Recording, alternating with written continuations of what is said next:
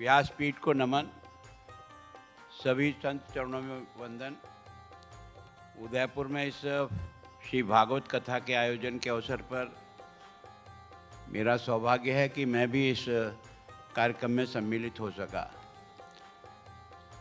मैं अपने अनुभव से कह सकता हूँ कि इस भागवत कथा ने ही संपूर्ण देश को उस अतीत से भारत को आज तक जोड़े हुए है, उसका कोई आधार है तो ये भागवत कथा है। हमें मिटाने के लिए प्रयत्न तो बहुत हुए, वर्षों तक संघर्ष भी हुआ, लेकिन हमारा अस्तित्व खत्म नहीं हुआ, उसके पीछे है। तो ये हमारे इस प्रकार के आयोजन हैं जो हमको हमेशा अपने अतीत से बराबर जोड़े हुए है। जिसकी जड़ें नहीं होती है वो पेड़ कभी न कभी सूख जाता है।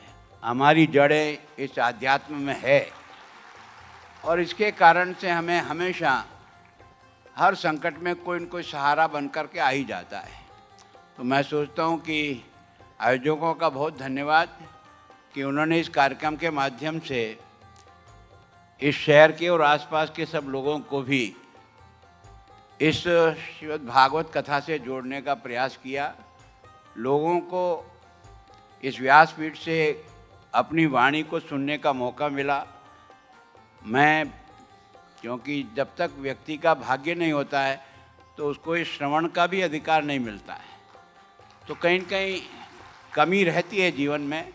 और इस कारण से ये पूरा लाभ जो इसका जितने दिन का मिलना चाहिए, इसका सही आनंद और सही अर्थ तभी समझ में आएगा जब प्रारंभ से लेकर अंत तक भागवत कथा में शरीक होकर के इस वाणी का श्रवण करेंगे, तो ही हम इसको अच्छे प्रकार से समझ पाएंगे।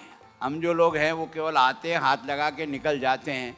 हमें केवल और केवल जो नीचे पड़ा हुआ है उसी में से कुछ उठाने का मौका मिलता है। बाकी हमारे भाग्य में वो प्राप्ति नहीं होती जो इसको नियमित रूप से उस कथा के माध्यम से सुनते हैं।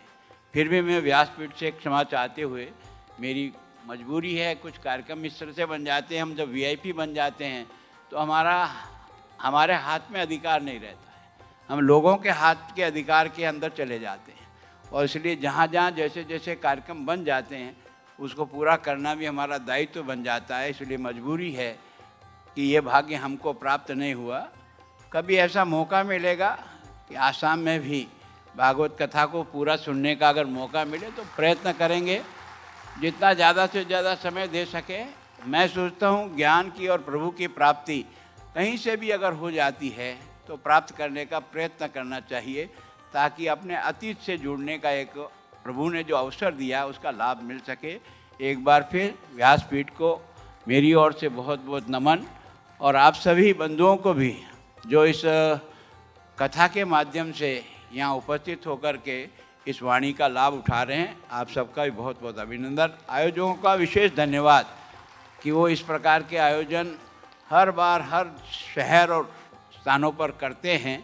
ये उनके काम की बड़प्पन है कि वो अपने मेहनत से आप सबको इस से जोड़ने का प्रयास करते हैं। उनका भी बहुत बहुत अभिनंदन, धन्यवाद।